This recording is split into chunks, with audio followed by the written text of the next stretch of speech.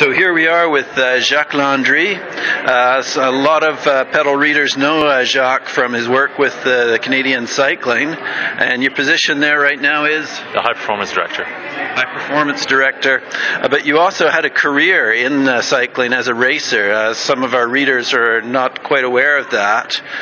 What was it, the 1994 Tour of Beauce? Yeah, so I won the 1994 Tour de Beauce and participated in the 92 and 96 Olympic Games, and both in Barcelona, Atlanta, in the road races as well.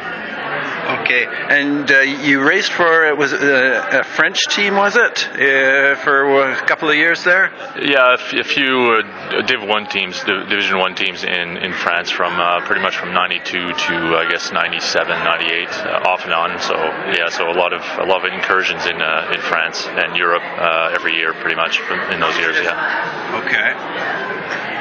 So, Jacques, there have been a number of revelations the last few months in cycling that have not been all that positive. Maybe just before we talk about that, if we could step back and you could talk about some of the positive things that you knew during your career.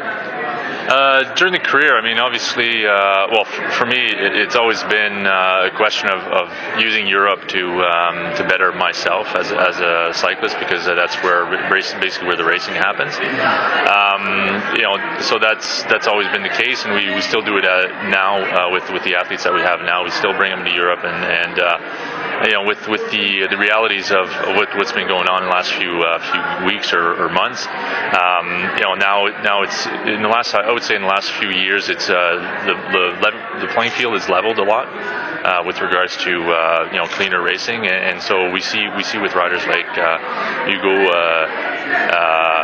Hull and all these riders that race for Spidertech are now actually very competitive, and so I would say that right now, if you was to look back, and yes, there was an era of systemic doping and stuff, but now because it's going down, and it has gone down in the last few years, we're seeing more of our riders being competitive at the international level, because we're now on a more level playing field.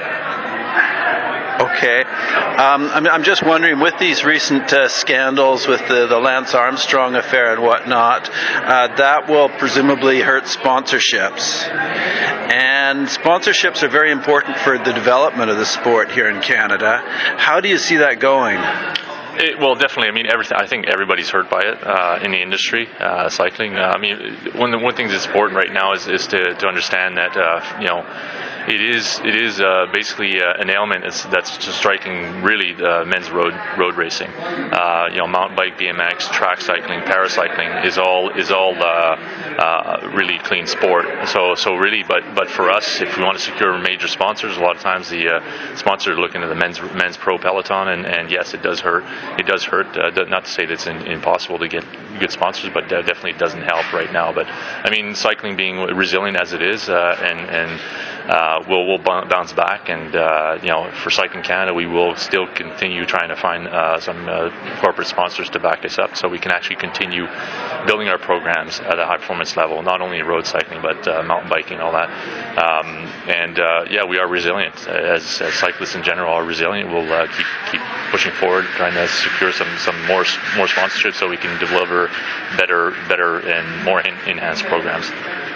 Okay, that's good. And also, we have some good news on the horizon, I guess, with two new velodromes coming around, with Milton, Ontario and Edmonton, Alberta. How do you think that will affect things? Well, definitely. I mean, I can't comment too much on the Edmonton one, but definitely for the Milton velodrome, we are, as soon as the velodrome is set up in Milton in 2014, all our operations with regards to track will move over there. So we've been using Los Angeles, which is, you know, as a centralized hub, but Los Angeles being in Los Angeles, it's not as ideal as Milton. So for us with Milton, it's really exciting times, because we'll be able to centralize and get more performances out of it. We got a medal in women's team pursuit by working out of Los Angeles. So you can only imagine in the next 4 years, 2016 and 2020, with a centralized model with cycling, especially with track, what we can come up with, because we centralize all our